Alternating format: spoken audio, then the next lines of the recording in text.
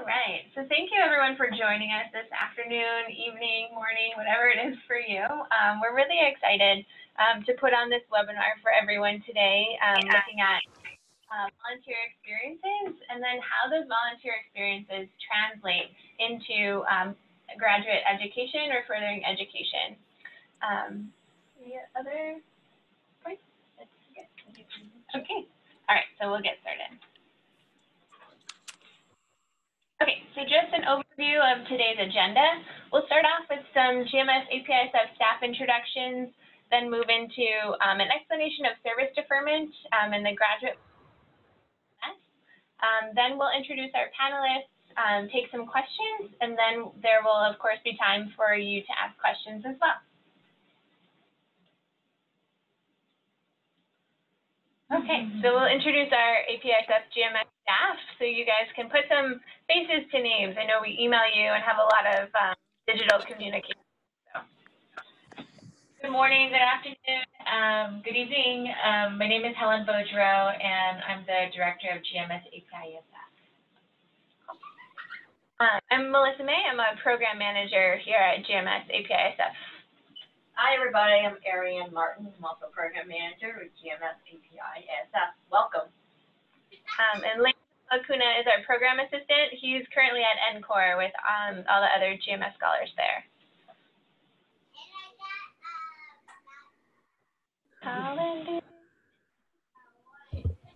Hi, all. I'm Colin D. I'm the Campus Engagement Manager for the Northeast region.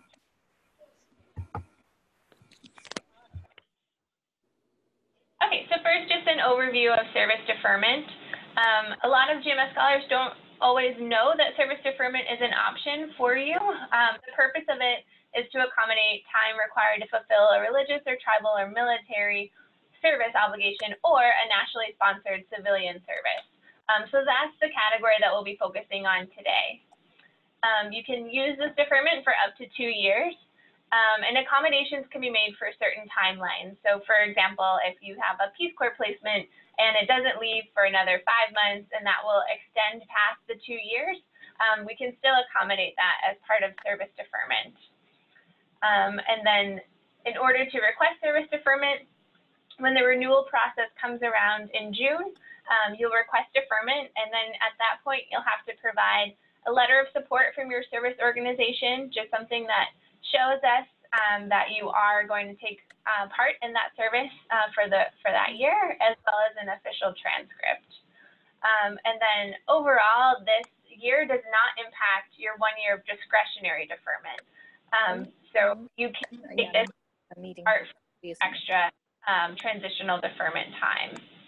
And so this year of service also, because it's deferment, it doesn't count against your funding term limits for each level of education for your GMS scholarship. And just for reference, if you have questions about service deferment in particular, this is the contact information for each of the GMS partner offices. So you can direct all of your questions to these places depending on which organization you're affiliated with. And then just a quick overview of the GMS graduate funded fields.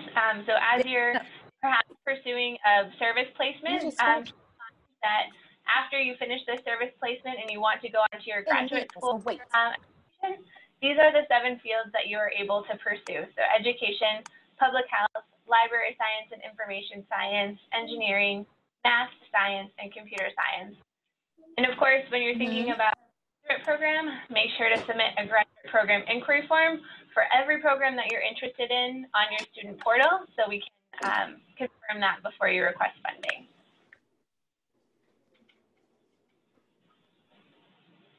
Okay. So without further ado, we'll introduce today's panelists. We'll start with Cha Lee, who is going to study public health. And he is a 2013 Gates Scholar and a 2017 Marquette University graduate. Yay. Currently, he serves as a patient care coordinator at Progressive Community Health Center, a federally qualified health center in Milwaukee, Wisconsin. His service at Progressive CHC is part of his participation in Wisconsin Health Corps program, a division of AmeriCorps. Health Corps pairs individuals who are interested in public health with community-based health-focused organizations across the state.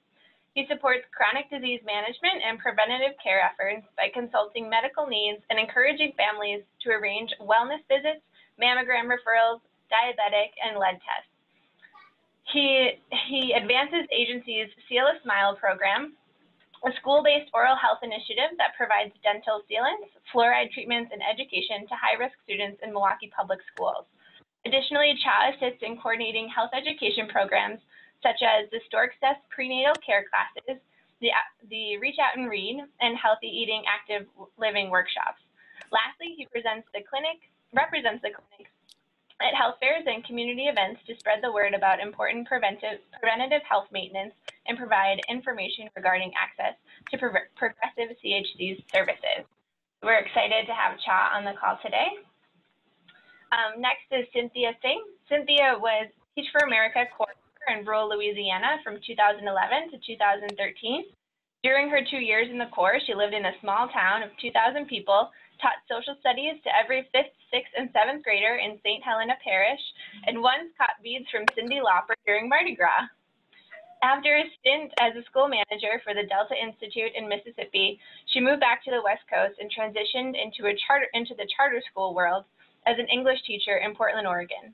She eventually shifted into virtual learning, academic advising, and curriculum design. Her passion lies in teaching to the whole child, specifically through creating individualized supports and providing the coaching that at-risk and credit-deficient seniors require in order to successfully graduate from high school. So welcome, Cynthia. We're excited to have you. Next is Louise Joe. Louise served in AmeriCorps NCCC and as an AmeriCorps Vista. During her NCCC service, she traveled with a group of Corps members to various service projects in the Southwest region of the nation. The service projects included assisting with child life services at Arkansas Children's Hospital, filing taxes for the Volunteer Income Tax Assistant Program, and with the North Texas Area United Way, and built trails for the city of Casa Grande in Arizona, and finally, as a teacher assistant at an early head start in the town of Center, Colorado. During her VISTA service, she traveled as the Exhibits and Operations Associate for an arts nonprofit in Washington, D.C. called Critical Exposure. Critical Exposure trains youth to use photography and advocacy to campaign for changes in their community. While at CE, Louise managed the print and digital youth photography collections, curated and installed exhibits, and designed and engineered a traveling exhibit display that is now continuously used by the program staff. She also processed donations, book-kept, managed volunteers, contributed to a strategic planning, and successfully completed the move of the office's storage unit, which was a big deal. And finally, we have our very own Helen Boudreau. She's the director of the GMS program here at API-ASS. And prior to that, she worked for 5 years as a senior policy advisor for Congressman Mike Honda, a Democrat from Silicon Valley, for whom she led legislation and funding for programs that impact vulnerable and underserved communities. For instance, she steered legislation to counter education disparities among APIA students, led efforts to address APIA health disparities such as viral hepatitis, increased federal funding to clear unexploded ordinances in countries such as Laos, launched an international coalition to fight sexual slavery, and developed a human trafficking portfolio that included securing $150 million to increase federal funding and enacting into law legislation to create the first ever human trafficking survivors-led federal advisory council. Helen is also a 2-time Peace Corps volunteer in the Republic of Georgia from 2004 to 2006. She taught English, built a library, and renovated her English classroom, launched an international English writing contest, which now expands to nearly 20 countries, and built a hydroelectric power station to bring electricity to her school and families. As a Peace Corps response volunteer in the Philippines from 2010 to 2011, Helen designed and implemented community-based disaster risk reduction strategies, including the first ever youth-based disaster management program. She also previously worked in South Africa for the U.S. State Department and at the World Bank. Born in South Korea, Helen and her family immigrated to Santa Clara, California when she was 2 years old. She's the first in her family to graduate from high school and college. Her personal mission is to help vulnerable families so they may lead healthier, more sustainable, and independent lives. She serves on the board of directors of Kids Sending Smiles. She holds a Master of Public Administration and MA in International Relations from the Maxwell School at Syracuse University, and a BA in English Literature from UC Santa Barbara. She's fluent in Korean and Georgian, and she now lives in Alexandria, Virginia with her husband and son. So we're excited to have so many incredible panelists with us today and thank them for their time. Okay, moving on. Okay, so we'll just get started with asking our panelists a few questions.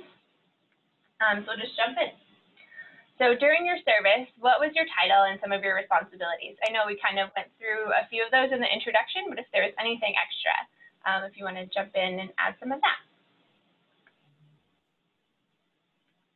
I just wanted to also add that, you know, I had solicited responses from fellow returned Peace Corps volunteers, you know, some who are currently serving. So, you know, I got in contact with a girl who served with me in the Republic of Georgia. She pursued a career in library science. I also connected with, you know, a volunteer from Uganda. His name is Destin Bales, and he served as a health volunteer in Uganda, but, you know, has since pursued a career in engineering.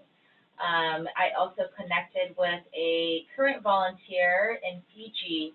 Her name is Maya Whalen Kip, and she is a youth empowerment volunteer, but her pursuit was a Master's of Science in Biology.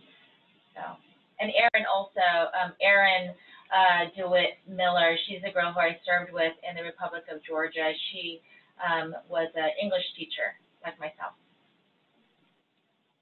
Great.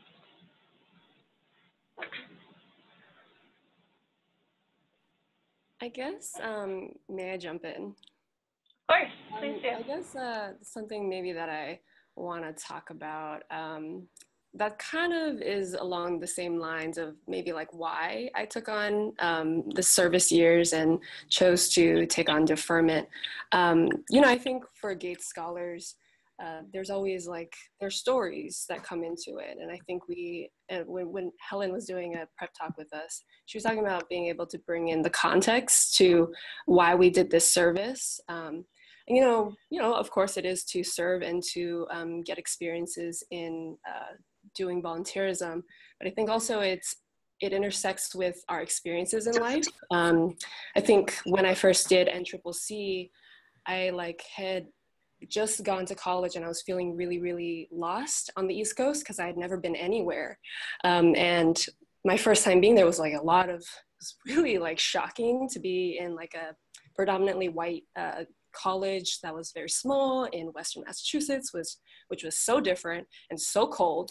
And I feel like I took on AmeriCorps NCCC because it was a way for me to give myself mental space and room to explore what I was really wanted to do with my life. And I think I had kind of lost some direction. So I took on that service year because I wanted to kind of find myself or something like that. But I think along the way, I sort of, the service year kind of taught me a lot of things. First of all, I mean, I think many of the service programs are, I think Helen would agree that they're really white and it's not very representative of what America looks like. And so when I was in the program, I sort of realized this, and they put us through this sort of diversity training in AmeriCorps NCCC, which was kind of odd.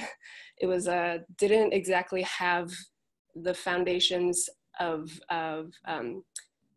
I guess, ethnic studies, and it was just a very interesting experience. So when I came out of it, I realized that I wanted to study more about this, which was what led me to pick up my undergrad because I hadn't really decided. I decided to pursue an undergrad in ethnic studies back home here in Hawaii. So, you know, I just wanted to bring in a little bit of why I decided to pick up service and take that deferment time, which API-ASF so generously supported me through, because I also reached a point where I almost lost the GMS scholarship because I was struggling so much. So I want to encourage scholars to be able to understand that, yes, service is very important. You're going to gain the experiences that is going to direct you towards maybe what you're passionate for in life, but it also gives you this space to explore and really find out more about yourself that maybe you don't have a clear idea of at this point. And also, like going off from that, when during my senior year, when I started to look at graduate school, many of the graduate school, they require experience. And I have the passion toward property health, but I don't have any experience. Yeah, so when I started to look into it, and I realized that Wisconsin have a really good property health program. And I was told that if I do that, it will be really good for a medical school, and it will be really good for any property health graduate school. Yeah, so I decided to take on the service. And it is really helpful. Every time you mention about your service, those schools who recognize it, they're gonna be really friendly to you, and they give you a lot of scholarship, and they're gonna give you a better chance of being accepted to their program. Well, I think Louise and Chao both bring up really good points. I also think we all certainly live in a social media world where we are often exposed to an idea of what a perfect life or what a perfect life path looks like. I think, service is good for many stakeholders in many ways. Of course, you're going to be helping a community, but it also allows you time and space to kind of develop skill sets and think about your own core values and what you would find to be meaningful work. So I think, you're all taking a great step right now in exploring your options and making sure that you have knowledge about the different paths that you can take. So even if, I think especially for many scholars who may be first generation, the first in their families to graduate from college, or, coming from immigrant backgrounds where there's a lot of pressure to have this perfect life path or perfect career, taking time to do service would really serve you best in the future by, going back to that time and space to help you figure out what you do want to do and to be able to find meaningful work while at the same time living up to the expectations that families and community may also exert on you.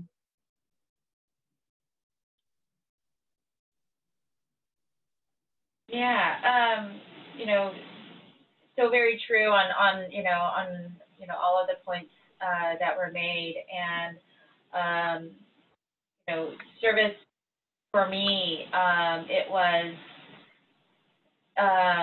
it stretched me, I think, beyond the borders, beyond like what I thought were my own boundaries, and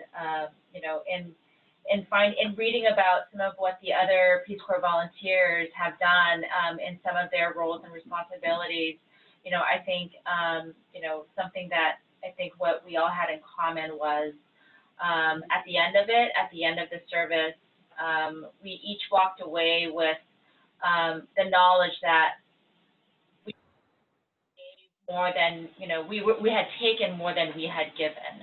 I think that, at its core, I think,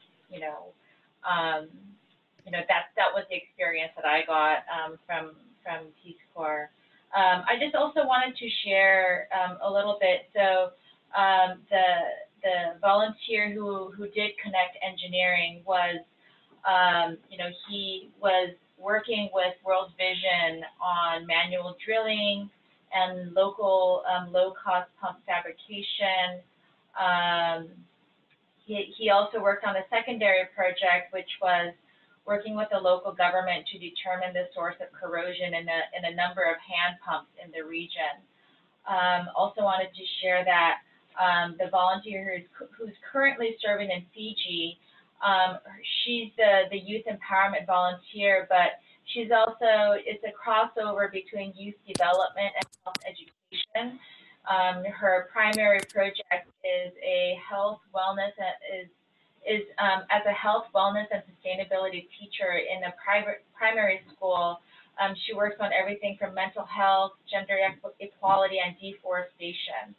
And, you know, kind of fun secondary project here as well. She teaches yoga, and she assists in a pottery course. I think on that note, a common thread throughout each of our panelists' responses is that it's really an opportunity to explore all of your interests. And I know that, you know, with GMS's 7 funded fields, sometimes you might major in something that doesn't fit into one of those 7 funded fields. And so you're a little confused about which one am I going to pick. And these service experiences really allow you to jump into your interests and figure out maybe which one of these fields would be the best fit for you moving forward. Just to plug the GMS part. Cool. Can I add one more to it?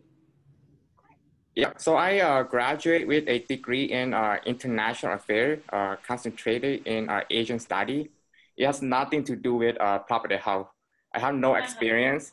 Yeah, so when I started to choose one of the 7, I'm saying like, which route should I go? I mean, like, I have a really strong math background, and I also love the health background too. Yeah, so I'm kind of deciding between math and property health. Yeah, so I'm saying like, I want to do like either one, and then I'm saying like, I'm just gonna spend a year off and then getting the experience for property health. Yeah, and the experience does really help me along the way. It helped me like narrow down my my path. I mean, like property health, it is huge, and by doing the service, it kind of like helping me like narrow down and then kind of see which focus I want to do. Yeah, and it also helped me see that I love like doing property health, and I love like being out in the community, helping the people, giving out resource. Yeah. Great. Okay, so maybe we'll move to that 3rd question. How did you translate your service experience to apply for and then pursue your degree? I'll jump in here. So, well, really, this is for grad school. So after I completed my undergrad in ethnic studies, I studied abroad in Shanghai, and then I also interned at the Smithsonian at the Asian Pacific American Center. And then after that, I took on a year of Vista, AmeriCorps Vista, and this was at Critical Exposure, which is that arts nonprofit in DC that does advocacy work with young people. And Melissa had read in my description about how part of my responsibility was managing the youth photos. And I think that plus working at the Smithsonian pushed me in the direction of doing a dual degree in education and library science. I chose the dual degree because I wanted to get a last final bang for my buck kind of thing from Gates, because I was like, oh man, I don't know if I could do a PhD, but let me see what I can do in these next 2 years. But for those of you who are considering a dual master's, you have to do both of your masters within 2 years. So it is a very intense thing to take on, particularly if you have other life things going on. Doing two grad programs in 2 years is crazy, but it was well worth it because I think both of those fields intersect well with each other. Educational technology, or well, my program calls it learning design and technology, and library and information science overlap well with each other. And so I think, coming out of the service year doing work that was teaching young people how to do advocacy, and also managing their photos and getting their photos out there was what put me towards libraries and information science and organizing information, which has then really opened up a whole new world of things that I didn't realize I'd ever be interested in. And what was funny, this is just a fun fact. When I was a senior in high school, one Halloween, I dressed up as a librarian, and I am excited to be like, oh man, I'm going to be a librarian.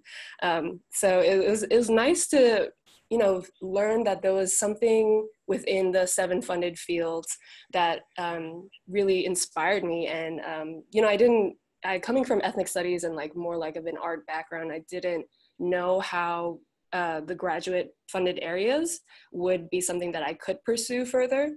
But it just really takes some time and really understanding the fields that are funded, and then seeing how your interests could manifest within those fields, because it is well worth it to take this funding and take advantage of it, because this is not something that happens for many students to be funded into graduate studies like this. So I highly encourage you all to kind of get creative with how you and your interests can translate into these funded areas.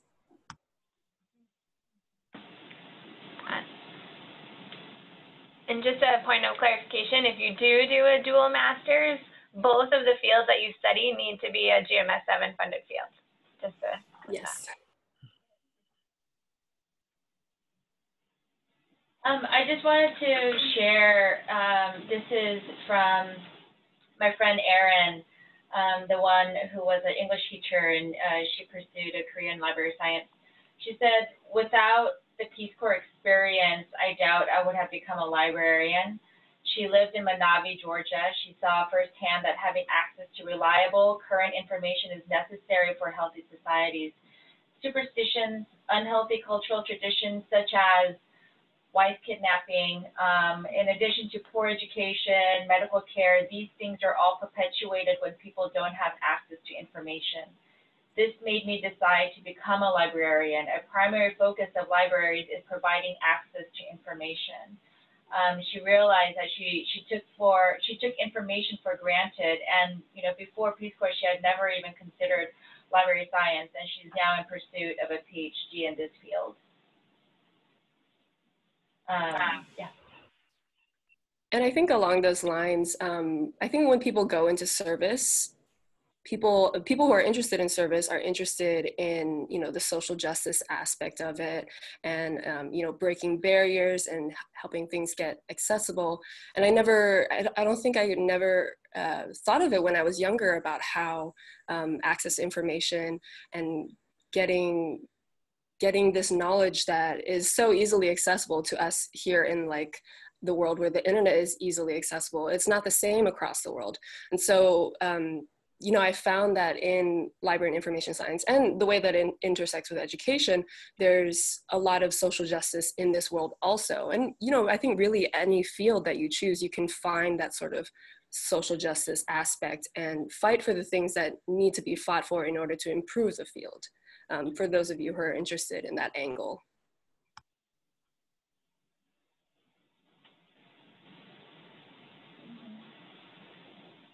Just to and for myself, while my degrees, they weren't, of the 7 funded fields, just generally speaking, I would say that my coursework and my research papers were all the more enriched because of my field experience.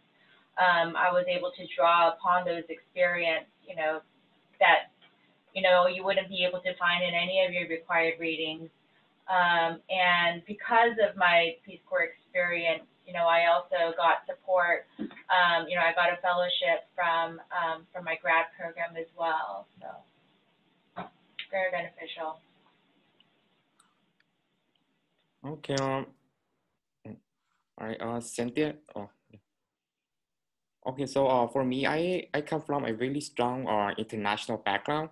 I was born and raised in Thailand, and I came here in 2004.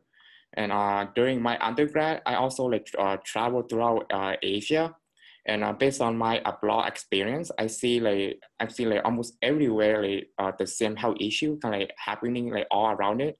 Even here in the United States, I see the same thing happening. That's kind of motivated me to do property health and trying to find a way to improve our health system, how people to have access to health care. So by doing the year of service, they can teaching me skill where I can communicate with the work with the community, and how do I what should I do, and also working with other property health worker to mobilize at the national level. Yeah, so it's kind of it giving me the skill to do what I want to do. Okay, so how did my service translate into graduate school? I was kind of on the fence about joining Teach for America because, as I'm sure many of you know, Teach for America and education in general is a very controversial topic in our country. It has been politicized. So before I accepted my offer, I was working for an NGO in South Africa, and that was a pretty intense experience. In the end, I decided that that was not what I wanted to do, and that there were certain things that I was looking for in my work that working in the NGO world wasn't going to do for me. And so I accepted the TFA offer just to see if education would be a fit and to see if this field was something that would align with my interests, and if, you know, to see if this would be something that, you know, I could do as well. And TFA was an even more intense experience than working for an NGO in Africa. The school that I was placed at had severe teacher turnover to the point where there was 130% teacher turnover my first year. So what that meant was that if a teacher left, the substitute or the next teacher who came after would often be the second or third in the chain of teachers that would leave. And at the end of my first year, there were only 4 staff members who were still there at the end of the first year that had started the year. So there were a lot of takeaways, a lot of learning experiences, and what I discovered is that if you value being deeply embedded in a community, if you really value doing work that feels impactful and being able to build very strong relationships, then education may be a field for you. And so the other thing that I saw while I was doing TFA was that oftentimes, you know, in fact, all of my students came from very challenging backgrounds where, you know, our charge as teachers was to deliver instructional content, but students don't exist in vacuums, and more often than not, what my students really needed was coaching, social emotional skills, you know, just having access to food, that sort of thing. And, you know, being able to work intensely with families and to provide these wraparound supports that would eventually lead to student success really helped to shape my own path, I would say. And I think without TFA, I probably would not be in education without being thrust so, you know, deeply into a very contentious landscape, without working at a school that, you know, had been taken over by the state and was facing so many issues. I would not have discovered, you know, the passion that I have for working with students who are at risk and students who are really credit deficient. So I guess what I am trying to say is that doing service can really help you clarify your own core values and, you know, what and how you want to engage with the world. And that eventually led to graduate school. Yep.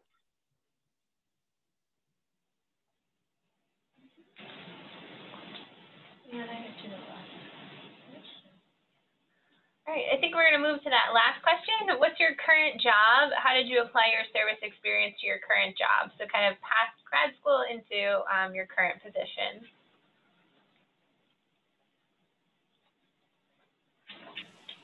I'll start. So I'm actually at the tail end of my dual degree. I just completed the master's in education, and then I have 2 more courses over this summer to finish for the library science degree. And so right now I'm just doing part-time work at a medical library and also at the a school here, Kamehameha Schools, doing working with their ed tech services. But now I'm looking for a full-time job, and the process is a full-time job. Yep.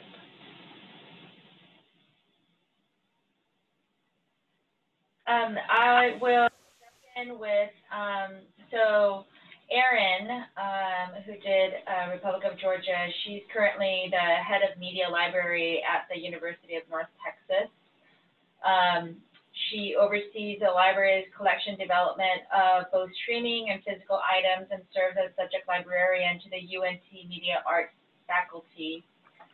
And she, she said that, for her, she, again, she drew on the fact that, she wouldn't be in this current position had it not been for her Peace Corps experience.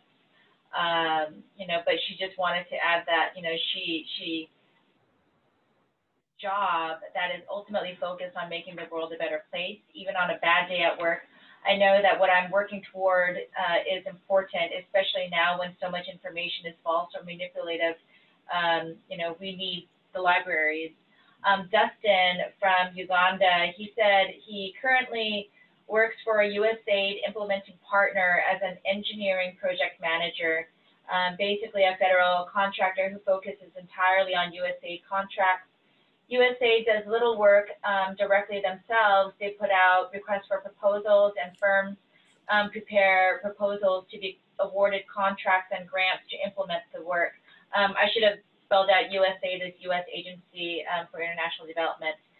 Dustin says, my Peace Corps experience is 100% responsible for his current role. He was hired on by this firm as a consultant while still living in Uganda following Peace Corps. He said when the USAID program he was working on had closed over there, he moved to DC and became a full-time employee at the DC office, and now does frequent overseas travel. I would say for myself, Peace Corps taught me two key tools and one value and one actually three key tools and values. It was coalition building, resilience, and what Melissa had mentioned in my introduction was my own personal mission. On coalition building, when you're in Peace Corps, before you start anything, before you start any project, you have to understand the community dynamics, the politics, and who the mobilizers are. For that, when I was working for Congressman Mike Honda, and when we were pushing for legislation, I had to be strategic, and I had to be creative in reaching out to the Republican colleagues to get any piece of legislation, done, given that they're in power.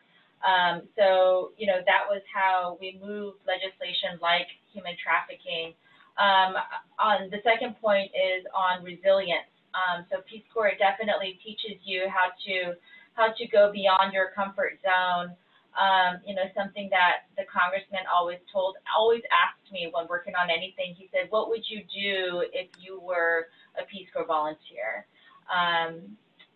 It was like no matter what, when I'm dealing with stakeholders, any problem that arose, for various issues that was posed.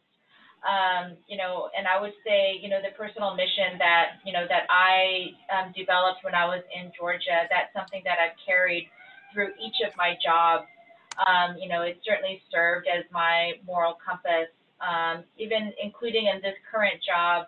How do I translate Peace Corps? Like I'm doing it right now with this webinar. But I would also add that, we here at APISF, we work for the empowerment and the betterment of our students, of our students in higher education so that, their families can lead, more independent, sustainable, and healthier lives. Great. Thank you. Okay, so I think we just have a few photos for everyone. The bottom left is Dustin when he was in Uganda with their drill. Louise, do you want to tell us what the next photo is?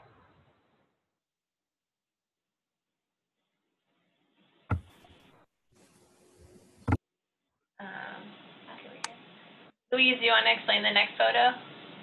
Oops, sorry, I responded and I didn't unmute myself. That's me in Arizona trail building. And then Cha, I think yours is next.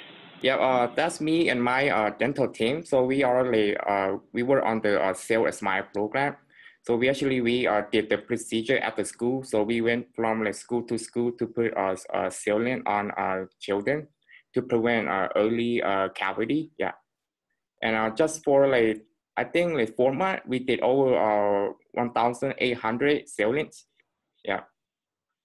I mean, like we supposed to do like 1,600 sealant, but we like reach our goal within 6 months or 4 months. Yeah. And the last photo is in the Philippines. I had gotten a grant funding through USAID for this. We made emergency kits. And all of those folks were, these are people who were living in the most vulnerable, like flood risk areas. And so one of the things that, we did with this grant money was we prepared these emergency go kits, which everyone should have in their household and workplace. So.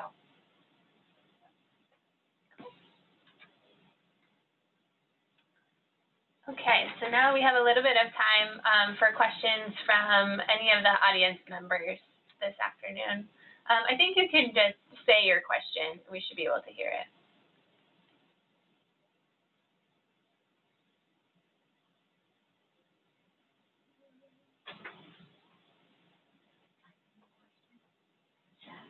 They can. You can also type in a question if you prefer.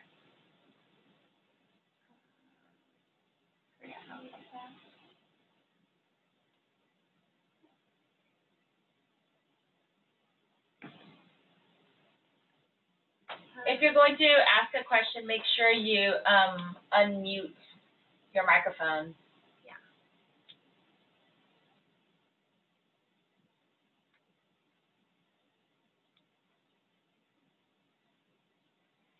We covered everything, every possible aspect.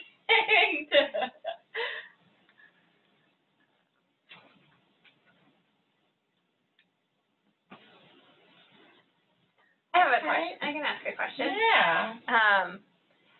I am wondering, when you were deciding whether or not to take part in service, what some of the reservations you had were going into the experience.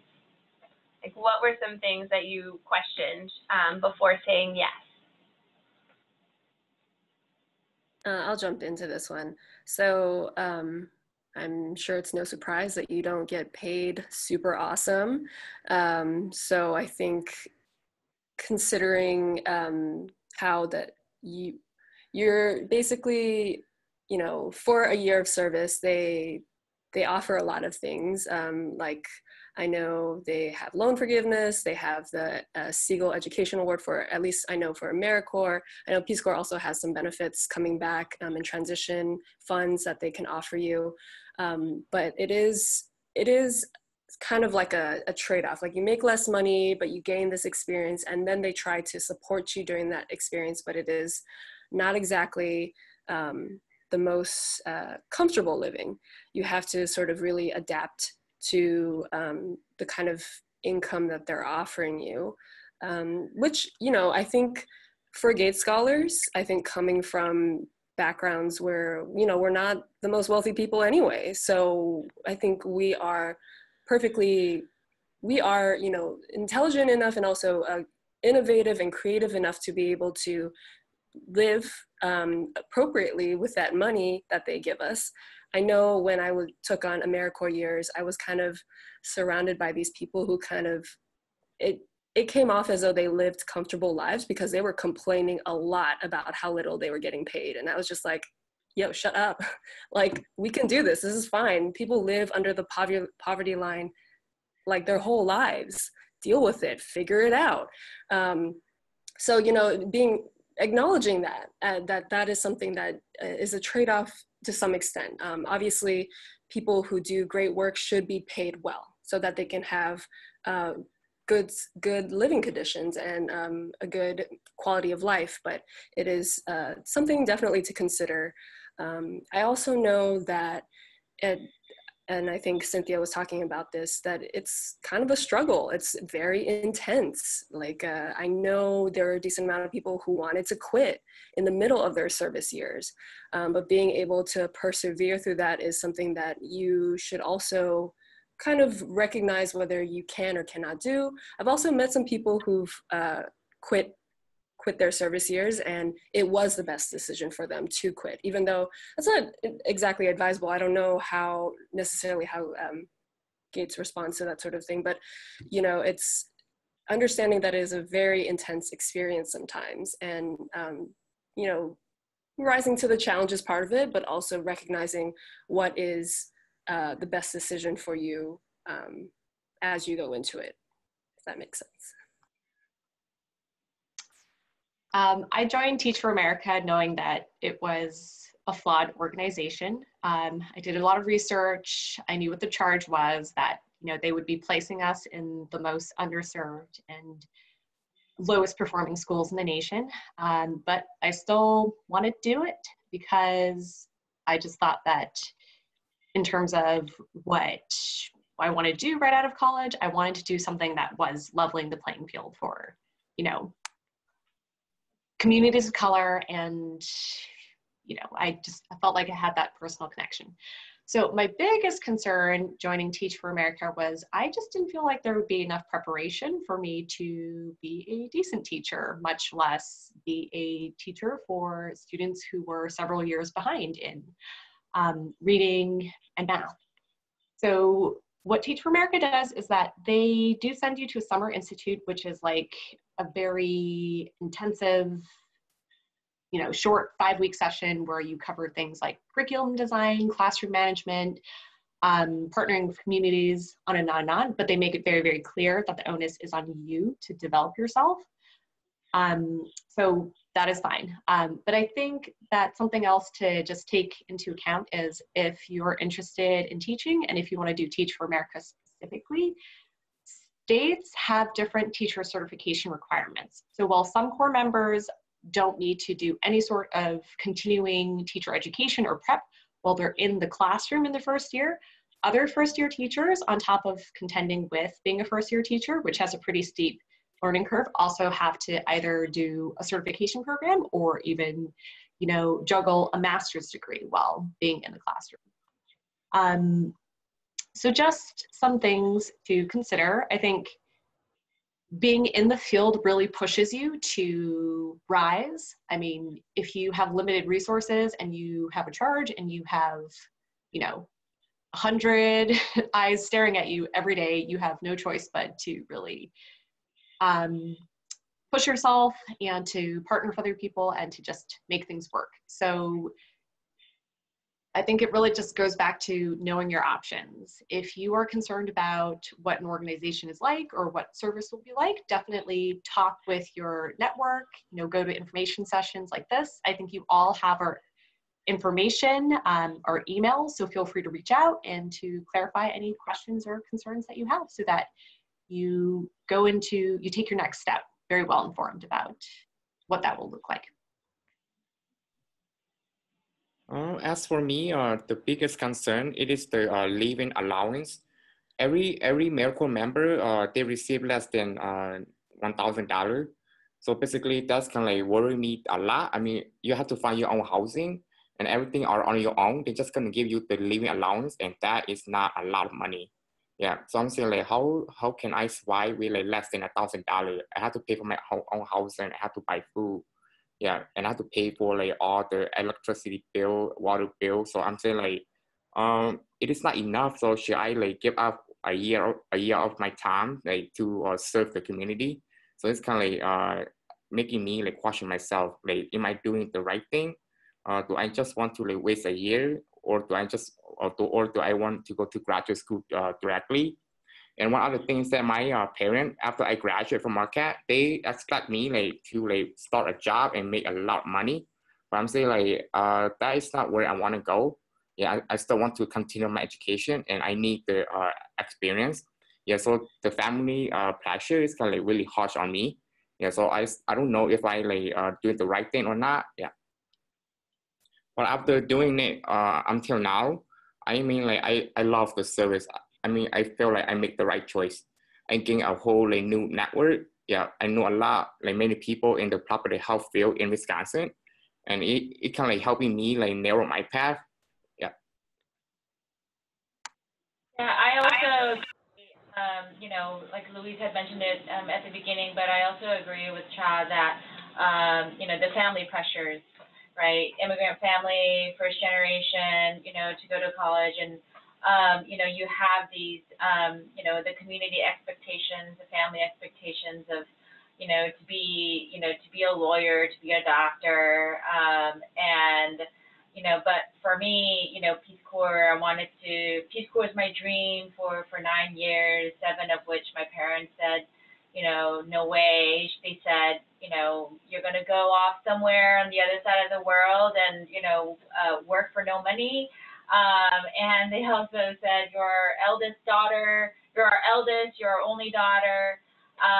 But down the road, they heard through the Korean grapevine that it's actually very beneficial for career and grad school prospects. So they finally gave the green light, and that's how, you know, I was able to go, you know, and at the end, they fully supported my decision and where it's taking me in my career path.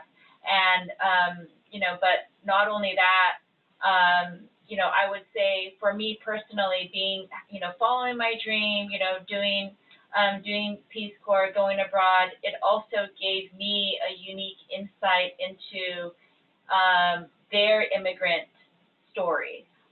You know, going to a place unknown, language unknown, you know, going to a place where people didn't look like you, and, you know, being a fish out of water and trying to navigate this new world, you know, that, you know, I would say it brought me a lot closer to them, and certainly their experience. I think Monica has a question in the chat box. She asked, can you tell us more about the loan forgiveness benefit? Well, I guess since I brought it up, so forgive me, I think loan forgiveness is something different from loan deferment. I think for AmeriCorps, unless the rules have changed since I've done it, they basically permit you to not make any payments towards your loans, or not require you to pay your loans if they're federal during your service term. So basically the whole time you're serving, you don't have to pay your federal loans. They give you that option. I think the Segal Education Award is also applicable to pay off your federal loans. Because it is a federal program, they only have jurisdiction over these the federal programs. So, you know, I know it's kind of complicated because sometimes Gates scholars have some loans on they're indebted to. So I think that's also a concern. That's a part of it. If they're private loans, unfortunately, I don't think there's many options at AmeriCorps that I know of that can address it. But that's what I know of my AmeriCorps programs. Oh, and the Segal Education Award, I think right now, for each year that you do service, and I think you can do a maximum of 2 years AmeriCorps service, is $5,700, something like that, $5,750. Maybe, Cha, you might have I don't know if you get the Segal Education Award for Health Corps, but that's just something that I know that they do offer. Yeah, I think they give us like 5,800, yeah, for the education award. Yeah, so that can be used towards federal loans. Yeah, and also if you go to a graduate school where they recognize the AmeriCorps service, they're gonna double the amount. So that's true, and also you should know, because I wish I had known this before, is that when you apply your loan and when you use it, you will be taxed. So you have to think about that and prepare for that in the following tax year, because you're going to have to, they're going to send you a tax paper, be like, hey, you owe us tax on this award that we gave you.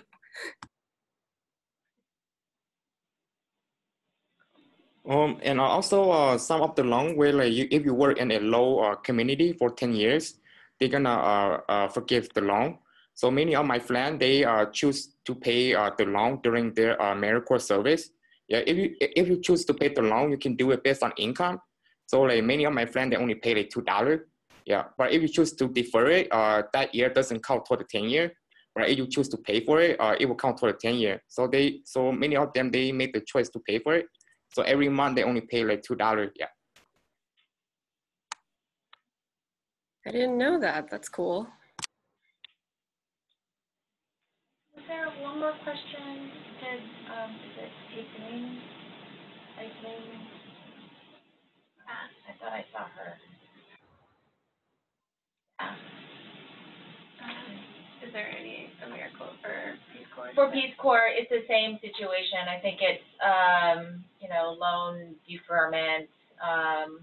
Yeah, it's either like deferment or forbearance. I can't remember which one, but you hold off payments to your federal loans for private loans, or if you have like credit card debt, like those ones you have to continue to pay. I think one last thing to think about is that sometimes people wonder whether they can take on side work as they're doing an AmeriCorps year. And I think sometimes it's possible depending on your AmeriCorps program.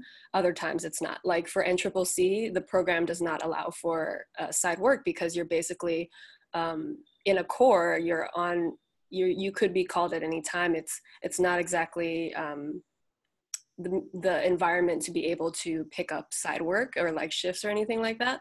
But for other AmeriCorps programs, it's possible. Like for my Vista year, even though the work was already like a lot, it is possible to find ways to pick up side work if you really need to. Although it depends on, some programs really don't recommend it. Others is probably okay.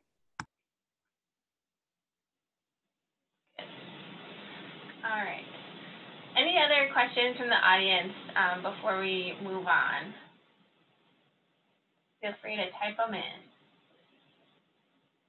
Okay. Cool. So now we'll just move into any final insights or additional tips. This is the last question or the last piece of advice from each of our panelists, and then we will end for the afternoon.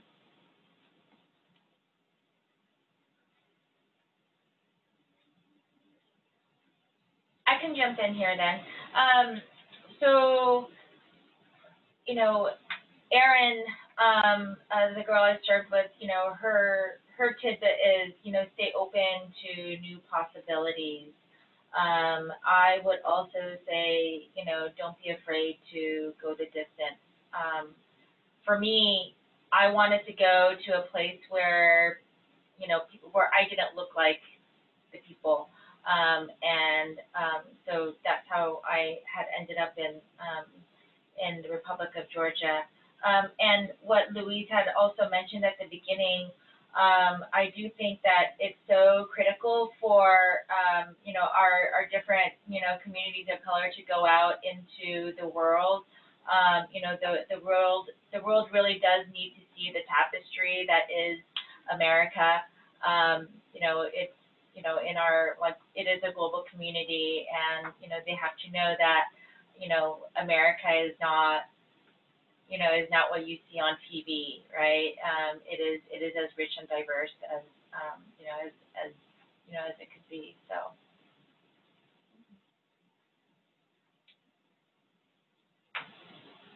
I guess the final insight I have is, for me, one good way to think about planning for the next step is not thinking about what do I want to do per se, but what do I want my life to look like? What are the qualities? What is the lifestyle that I want? And if you can manage to sort of backwards plan from that, that's a really helpful way to decide whether or not service is a viable step or whether another path is better for you.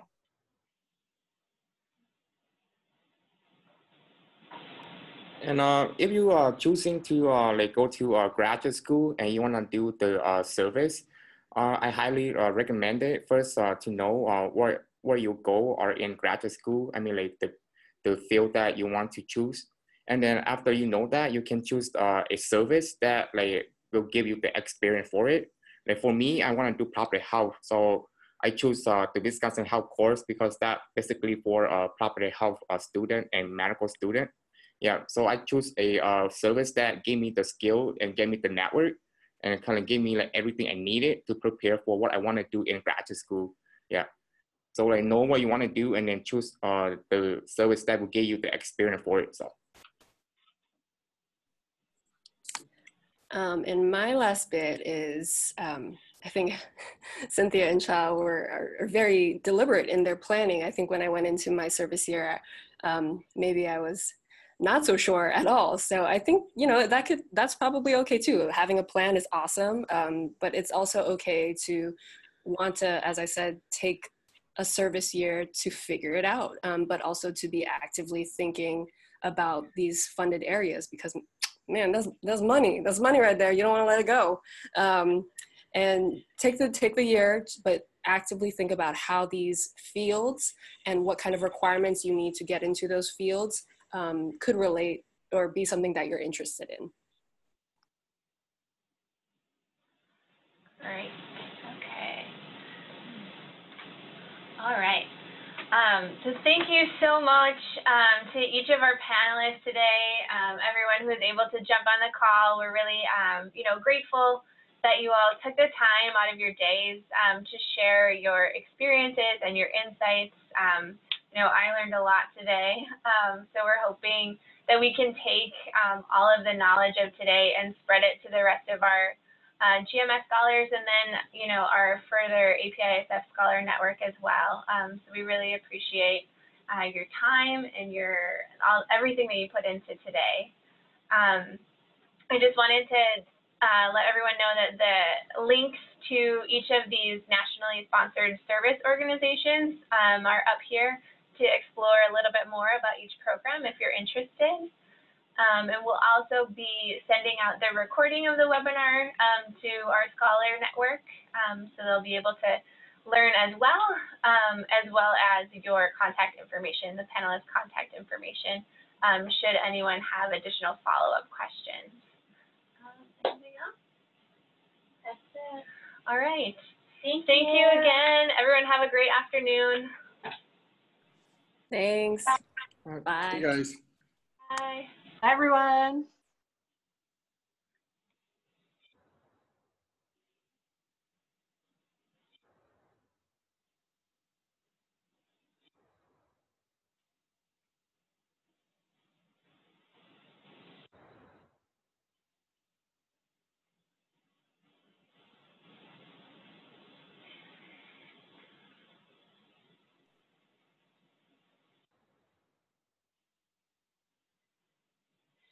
So when we started the video, did it start with all